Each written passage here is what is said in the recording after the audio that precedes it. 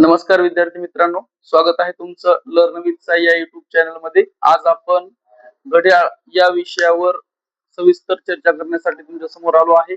आपला digital board हा थोडा तांत्रिक अडचणीमुळे खराब झाला असल्यामुळे आपण या व्हाईट बोर्डवर क्लास घेत आहोत. व्हाईट बोर्डवर क्लास घेतलेला असू द्या किंवा डिजिटल बोर्डवर क्लास घेतला असू द्या, फक्त त्याच्यामध्ये फरक काय असतो, तो याच्यामध्ये पेनचा कलर आणि बोर्डचा कलर. शिकवणारा माणूस तर तोच, फक्त आपल्याला काय करायचंय, शिकून घ्यायचंय. शिकणं महत्वाचं आहे, बरोबर. त्यासाठी आपण आज आपल्याला पदावली हा विषय शिकायचा आहे. काय शिकायचं आहे? पदावली. पदावली म्हणजे काय तर बोर्डमास. याला आपण काय म्हणू शकतो? बोर्डमास असं म्हणू शकतो. मग बोर्डमास म्हणजे काय विद्यार्थी मित्रांनो? तर आपल्याला या बोर्डमास याचं काय करायचं, विश्लेषण पाहायचंय. बोर्डमास म्हणजे ज्याला आपण मराठीमध्ये कंचे भागू बेव असं म्हणतो. काय म्हणतो? कंचे भागू बेव. ही जी ही आहे ते आपण तिसरी चौथीच्या याच्यामध्ये पाहत असतो. हा सगळ्यात महत्वाचा मुद्दा म्हणजे आपल्याला बोर्डमास पदावली हा चॅप्टर नवोदय या परीक्षेमध्ये खूप महत्वाचा आहे, बरोबर आहे. बोर्डमास मध्ये बी म्हणजे काय तर ब्रॅकेट असतो. बाळांनो काय असतं? ब्रॅकेट. हे ब्रॅकेट म्हणजे काय आणि हे ब्रॅकेट मध्ये किती प्रकार असतात? त्याचं या ब्रॅकेट मध्ये असतात 3 प्रकार. पहिला असतो साधा कंस, दुसरा असतो चौकटी कंस,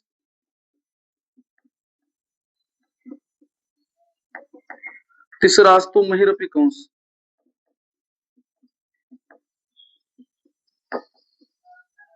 तर मग हे 3 कंस असतात. या 3 कंसामध्ये या ब्रॅकेट मध्ये येतात, बरोबर. मग त्याच्यानंतर डी म्हणजे डिव्हिजन, एम म्हणजे मल्टिप्लिकेशन,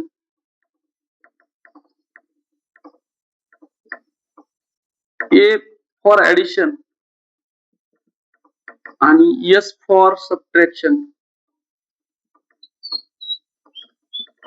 आता हे जर समजून घ्यायचं म्हणलं तर डी फॉर ब्रॅकेट, जसं कंस, कंसाचा चे भागाकार, गुणाकार, बेरीज आणि वजाबाकी. दोन्ही मराठीमध्ये सुद्धा आणि इंग्रजीमध्ये सुद्धा आपण याची हे विश्लेषण करून घेतलेलं आहे. B for bracket, D for division, M for multiplication, A for addition, S for subtraction. Okay. त्यानंतर कंस, क फॉर कंस, भा फॉर भागाकार, गु फॉर गुणाकार, बे फॉर बेरीज आणि व फॉर वजाबाकी. त्याच्यानंतर आपल्याला हे शिकायचं होतं की जर समजा एखादं पदावलीचं उदाहरण आलेलं आहे आणि त्या पदावलीचं उदाहरण सोडवता वेळी ते आपल्याला जर समजा एकापेक्षा जास्त जर ब्रॅकेट आले, एकापेक्षा जर जास्त ब्रॅकेट आले, तर तुम्ही कशा प्रकारे सोडवणार? मग त्यामध्ये जर समजा अगोदर महिरपी कंस असेल, चौकटी कंस असेल, साधा कंस असेल, हे तिन्ही कंस जर असतील तर याच्यामध्ये सर्वात अगोदर साधा कंस सोडवायचा, त्याच्यानंतर चौकटी कंस सोडवायचा आणि त्याच्यानंतर सगळ्यात शेवटी महिरपी कंस सोडवायचा. जर समजा तुमच्याकडे एखादं उदाहरण आलं असेल, आपण एखादं समजा उदाहरण जर पाहायचं म्हणलं तर हा एक समजा उदाहरण घेऊया. हा उदाहरण घेतल्यानंतर तुम्हाला पदावली म्हणजे काय आणि पदावलीचे उदाहरण नेमके सोडवायचे कसे हे सगळं समजून जाईल. बघा, तुम्हाला एक प्रश्न आला, महिरपी कंसामध्ये 130 वजा चौकटी कंसामध्ये 30 गुणाकारामध्ये, त्यानंतर आणखी दुसऱ्या मधामध्ये साधा कंस आला 20 अधिक 4, साधा कंस बंद, चौकटी कंस बंद, गुणाकारामध्ये 2, त्यानंतर गुणाकारामध्ये 3 आणि महिरपी कंस. जर समजा अशा पद्धतीने जर समजा तुम्हाला पदावलीचं एखादं उदाहरण आलं असेल तर हे पदावलीचं उदाहरण नेमकं सोडवणार कसं, तर काय करायचं, सगळ्यात अगोदर आपण इथं पाहिलं की साधा कंस सोडवायचा. मग साधा कंस कुठं आहे, तर साधा कंस इथं आहे बाळांनो, बरोबर. मग साधा कंस इथं असल्याच्या नंतर आपण काय करणार, महिरपी कंस सोडवणार का? नाही. चौकटी कंस सोडवणार का? नाही. तर आपल्याला काय करणार, आपण सगळ्यात अगोदर साधा कंस सोडवणार.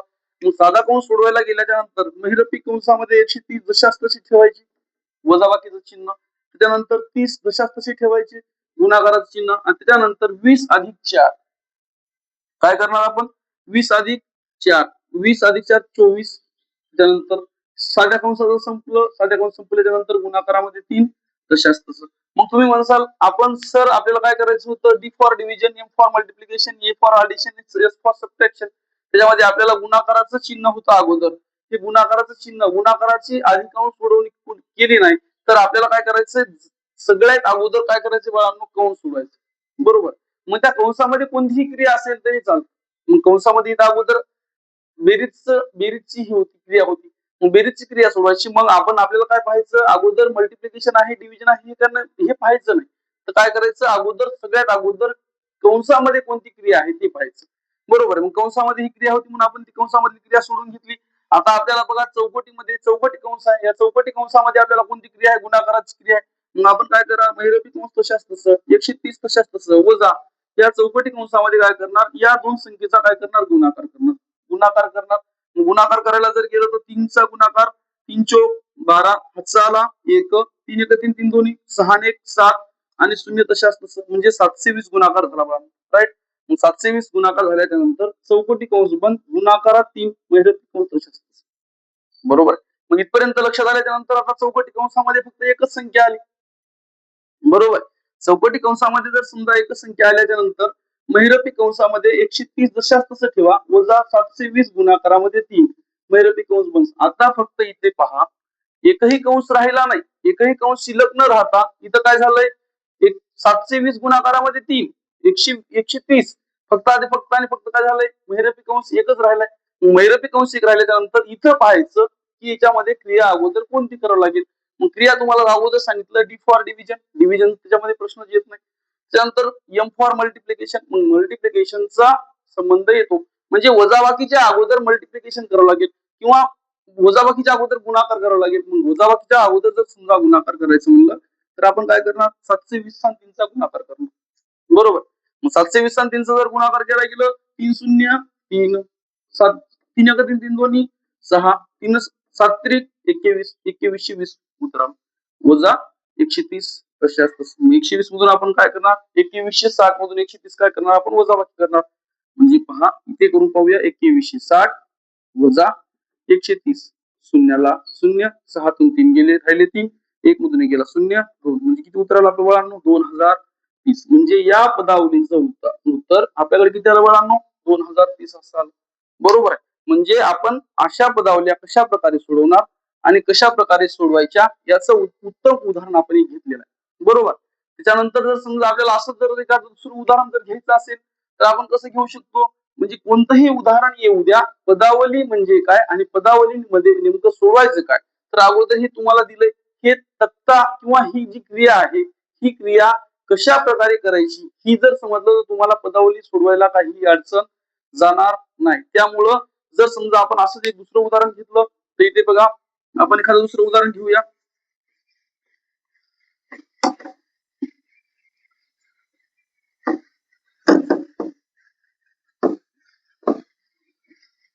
आपण काय केलंय, जर समजा आपल्याकडे काय करायचंय, जर समजा आपण काय केलं, एखादी क्रिया सोडवायची पण त्या क्रिया आपण कंसाचं उदाहरण सोडून पाहिलं, पण कंसाचं उदाहरण न सोडवता फक्त त्याच्यामध्ये भागाकार आलाय, गुणाकार आलाय, बेरीज आली आणि वजाबाकी आली, ते जर समजा सोडवायचं म्हणलं तर ते कशा प्रकारे सोडवणार. सर तुम्हाला समजा प्रश्न आलाय की 120 भागाकारामध्ये 3 गुणाकारामध्ये 4 अधिक 5 वजा 4 असं जर समजा एखादं उदाहरण आलं आणि याच्यामध्ये जर समजा एकही कंस नसेल तर तुम्ही कसं सोडवणार, तर अगोदर सगळ्यात अगोदर काय करणार, सुरुवातीला कंसाचा प्रश्न झाला, कंस आता याच्यामध्ये नाहीये, कंस नाही म्हटल्यानंतर आता काय करणार, आपण भागाकार करणार. सगळ्यात अगोदर आपली भागाकाराची क्रिया करणार. मग भागाकाराची क्रिया करायची म्हणल्याच्या नंतर त्याच्यामध्ये बघा 120 भागाकारामध्ये 3. बरोबर. साधा जर भागाकार येत नसेल तर बाजूला कुठेतरी साधा असा भागाकार करून पाहायचा. मग 120 भागाकारामध्ये 3 3 1 3 3 चौक 12 0 0 हे इथे 0 आला, इथे 0 आला, म्हणजे याचं उत्तर किती आलं बाळांनो, याचं एवढंच उत्तर किती आलं, 40 आलं. ओके. 40 आल्याच्या नंतर भागाकाराची क्रिया संपली. भागाकाराची क्रिया संपल्याच्या नंतर आता आपण काय करणार, गुणाकाराची क्रिया करणार.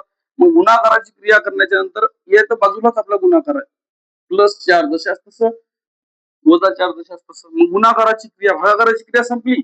इथे बघा भागाकार संपला, आता गुणाकाराचा नंबर. मग गुणाकार करता वेळी 4 चौक 16 शून्याला 0 म्हणजे ही गुणाकाराची पण क्रिया संपली. +4 जशाच तसं वजा 4 जशाच तसं. त्याच्यानंतर आता बघा भागाकाराची क्रिया संपली, गुणाकाराची क्रिया संपली, आता कशाचा नंबर, तर बेरजेचा नंबर. बेरजेचा नंबर म्हणल्यानंतर आपण काय करणार, या दोन्हीची बेरीज करणार. 160 अधिक 165 165 वजा 4. मग सगळ्यात शेवटी आपली वजाबाकीची म्हणजे 161. याचं उत्तर किती आलं, 161 आलं. बरोबर. जर समजा तुम्हाला पदावली अशाच स्वरूपामध्ये जर नवीन नवीन करायच्या असतील, बरोबर आहे, तर आमचा जर व्हिडिओ जर आवडला असेल तर तुम्ही नक्की आमच्या युट्यूब चॅनलला भेट द्या. जर खरंच आवडला असेल लाईक करा, शेअर करा आणि सबस्क्राईब करा. धन्यवाद.